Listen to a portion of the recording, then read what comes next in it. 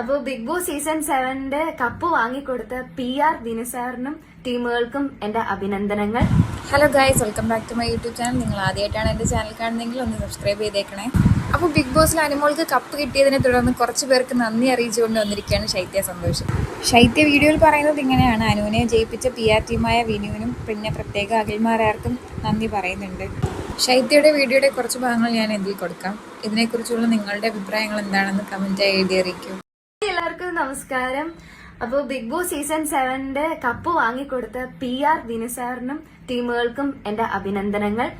പിന്നെ big boss ഹൗസിന്റെ ഉള്ളിൽ ഞാൻ കയറിയതിനു ശേഷം 3-ാമത്തെ ദിവസം ഞാൻ അറിയാതെ എന്റെ അച്ഛന്റെ കയ്യിൽ നിന്ന് 1.5 ലക്ഷം രൂപ വാങ്ങിച്ച് സോഷ്യൽ മീഡിയയിൽ എനിക്ക് എന്തോ വലിയ റീച്ചൊക്കെ ഉണ്ടാക്കി തരാമെന്ന് പറഞ്ഞ് PR പണി എടുക്കാമെന്ന് പറഞ്ഞിട്ട് ദിനസാറ് PN പണിയാണ് തന്നത്.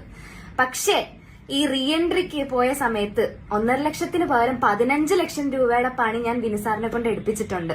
ആ പണിയിൽ കൂട്ടുനിന്ന അല്ലെങ്കിൽ എന്നെ ഇത്രയും റീച്ചും ഇത്രയും ഫേമസും ഇത്രയും വൈറലാക്കി തന്ന വിനുസാറിന്റെ സോഷ്യൽ മീഡിയക്കാർക്കും യൂട്യൂബേഴ്സിനും എന്റെ എല്ലാ നന്ദിയും ഞാൻ അറിയിച്ചു കൊള്ളുന്നു.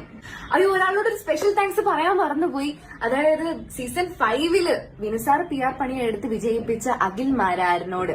മാരാർ പറയുന്ന കേട്ടു, അതായത് റീ എൻട്രിക്ക് കയറിയ സമയത്ത് വിന്നറിനെ മോട്ടിവേറ്റ് ചെയ്യണമായിരുന്നു എന്ന്.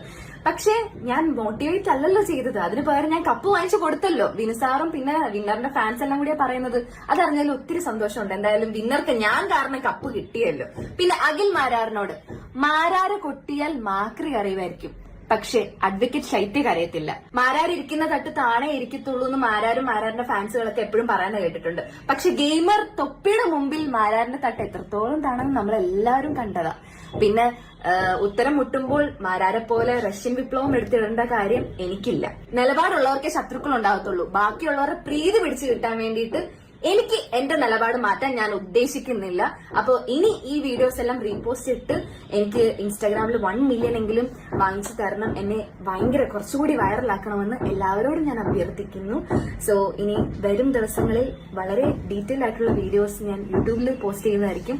അപ്പൊ എന്തായാലും എന്നെ ഇത്രയും വൈറലാക്കി തന്ന എല്ലാവർക്കും ഒരിക്കൽ കൂടി നന്ദി പറഞ്ഞുകൊണ്ട് ഞാൻ നിർത്തുന്നു. Thank you so much.